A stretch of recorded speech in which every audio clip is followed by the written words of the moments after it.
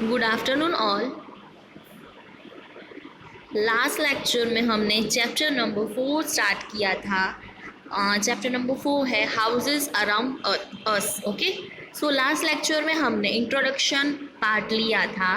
That हमने देखा था कि जो हाउसेस हैं, ठीक है, वो डिफरेंट डिफरेंट टाइप्स के हाउसेस आप अब देख सकते हो। ठीक है, पहले बहुत टाइम पहले हाउसेस नहीं थे। ठीक है, लोग ऐसे ही ट्रीज लीव्स हैं, ठीक है, ब्रांचेस हैं, उससे उसका शेल्टर बना के वहाँ पे रहते थे। बट धीरे धीरे हाउसेस बिल्ट होना स्टार्ट हुआ। ओके, पहले बहुत ही सिंपल मटेरियल में से हाउसेस बनते थे।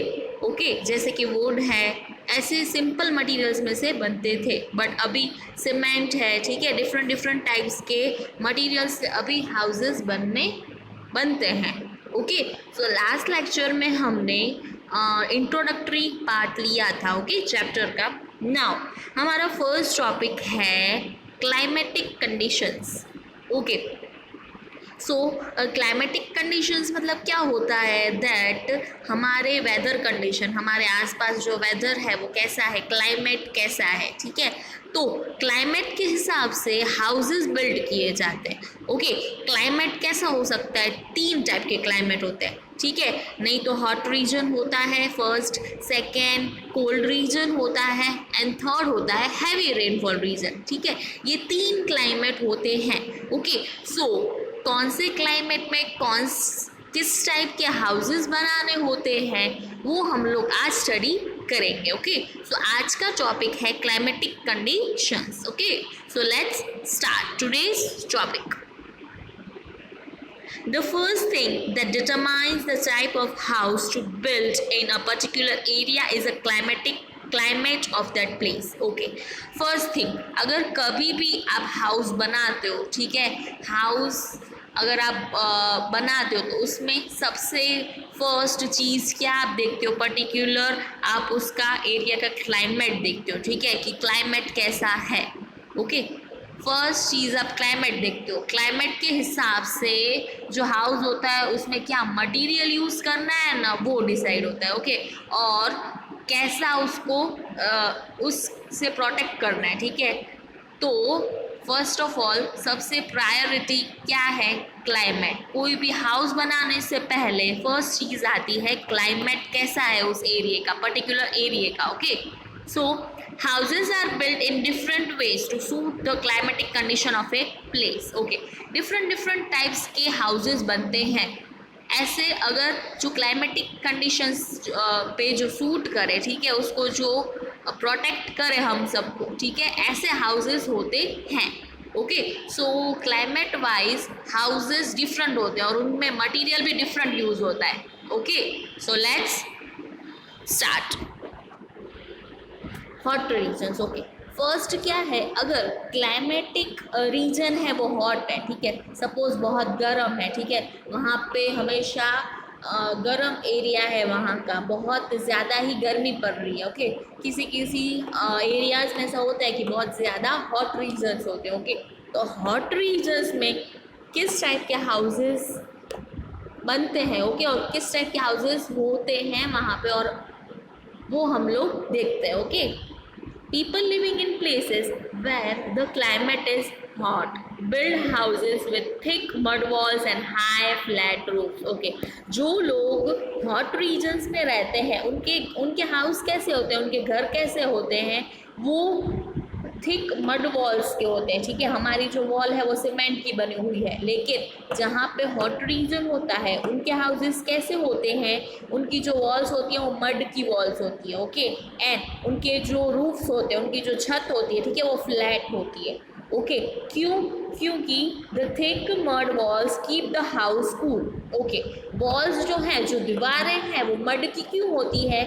क्योंकि वो जो मड है वो हाउस को क्या रखता है? कूल रखता है, ठंडा रखता है। ठीक है, एक तो बाहर का वेदर इतना हॉट है, ठीक है, तो उसके बाद अगर आप ये मड की वॉल्स लगाओगे तो उससे क्या होगा?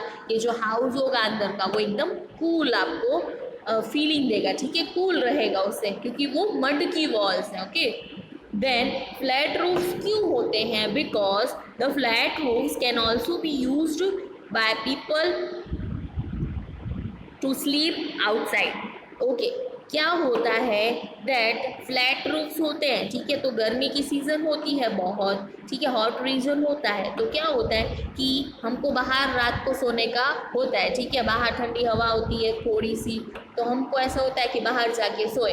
तो अगर जो रूफ्स होंगे, जो छत होगी आपकी फ्लैट होगी, तो आपको क्या मिलेगा, शेड मिलेगा, ठीक है, वहाँ पे आप बाहर जाके सो भी सकते हो। ओके, इसीलिए जो हॉट रीजन्स के जो हाउसेस होते हैं, ठीक है, वो कैसे होते हैं, उनकी वॉल्स होती है थिक होती है, थिक मड वॉल्स, एंड उनके जो रूफ्स होते हैं वो फ्लैट होते हैं। ओके, सो हॉट रीजन में ये टाइप्स के हाउसेस बनते हैं, ये मटेरियल उसमें यूज होता है। Okay, now let's proceed cold regions. Okay, जो रीजन्स कोल्ड है, ठीक है, वहाँ पे कैसे हाउसेस होते हैं। Okay, let's proceed. In cold regions such as Arctic, which is completely covered with the ice and snow, special houses called igloos are built using ice slabs and blocks. Okay, houses in cold area also have a fireplace to keep them warm. Okay, जो cold regions होते हैं जैसे कि Arctic क्या है, north part है, ठीक है, north most part of the earth, जो नॉर्थ साइड है अर्थ का, ठीक है, उसको आर्टिक बोलते हैं, ठीक है, वहाँ पे आर्टिक ओशन है, ठीक है, इसलिए उसको आर्टिक बोला गया, आर्टिक ओशन है, ठीक है। रशिया ले लो आप, स्वीडन ले लो, ये सारे जो होते हैं, ये सारे जो कंट्री है, ये सारे किस में आते हैं, आर्टिक में आते हैं, ठीक है, ये सारे बहुत ही कोल्ड होते हैं, ठीक है, स्वीडन है, रशिया है, ये सारे, ग्रीनलैंड है, आइसलैंड है, ठीक है, आर्टिक ओशन है, ये जो सारे कंट्रीज़ हैं, ये जो सारे मैंने नाम लिए वो कोल्ड रीजन में आते हैं, ठीक है। तो उसमें कैसे हाउसेस होते हैं, ये जो एरियाज है ना सारे, वो उसमें बहुत ही आइस एंड स्नो पड़ता है, ठीक है, एक तो कोल्ड है, ऊपर से आइस एंड स्नो, ठीक है। तो ऐसे वेदर में, ऐसे रीजन में जो हाउसेस होते हैं, ठीक है, उनको बोलते हैं इग्लूज, ठीक है। इग्लूज मतलब ऐसे हाउसेस जो आइस स्लैब से एंड ब्लॉक से बनते हैं, ठीक है, वहाँ पे आइस इतनी होती है दैट आप आइस से ही अपना हाउस बनाते हो, उसको बोलते हैं इग्लू।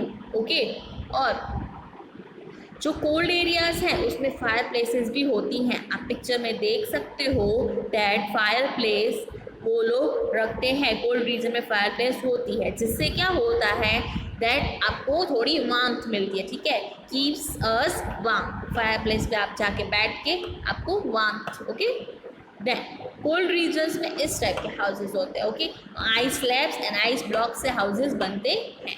Okay, now last is regions with heavy rainfall. Okay, ऐसे रीजन्स जहाँ पे जो रेनफॉल है बहुत ही हैवी है, ठीक है, पूरे ईयर में मोस्टली वहाँ पे उस जगह पे ज़्यादा बारिश होती हो, ठीक है, तो वहाँ पे आपको वहाँ पे कैसे टाइप के हाउस बनते हैं वो हम लोग देखते हैं। Okay, in places where it rains almost throughout the year, houses are built a few feet above the ground on wooden poles called slits.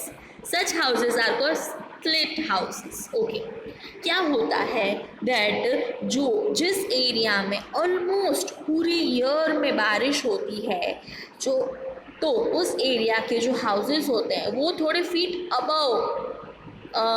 Above बनते हैं, क्योंकि नीचे सपोर्ट के लिए वुडन पोल्स रखते हैं, ठीक है। वुडन पोल्स से आप पिक्चर में देख सकते हो दैट थोड़े फीट ऊपर ग्राउंड जो होता है, ग्राउंड पे हाउस नहीं बनाते, ग्राउंड के थोड़े फीट ऊपर, फ्यू फीट अबाव, और वुडन पोल्स के ऊपर बनाते हैं हाउसेस, ठीक है। वुडन के जो पोल्स होते हैं उनके ऊपर हाउस बनाते हैं, उसको बोलते हैं स्लिट, और ऐसे हाउसेस को बोलते हैं slit houses. Okay, slit not only provide support to the house but also prevent water from entering into it, thus preventing flooding. Okay, slit के ऊपर क्यों हाउस बनाते हैं, क्योंकि ये जो वुडन के जो पोल्स होते हैं, ठीक है, उसके ऊपर क्या बनाते हैं, हाउस बनाते हैं। तो ये जो वुडन के पोल्स होंगे वो क्या देंगे, हाउस को सपोर्ट देंगे। अगर वुडन का पोल नहीं होता है, अगर एक दो टूट जाए, ठीक है, तो क्या होता है, ऊपर नीचे हाउस हो जाता है। इसीलिए ये जो वुडन पोल्स होते हैं वो क्या करते हैं, हाउस को सपोर्ट करने का काम करते हैं। ओके,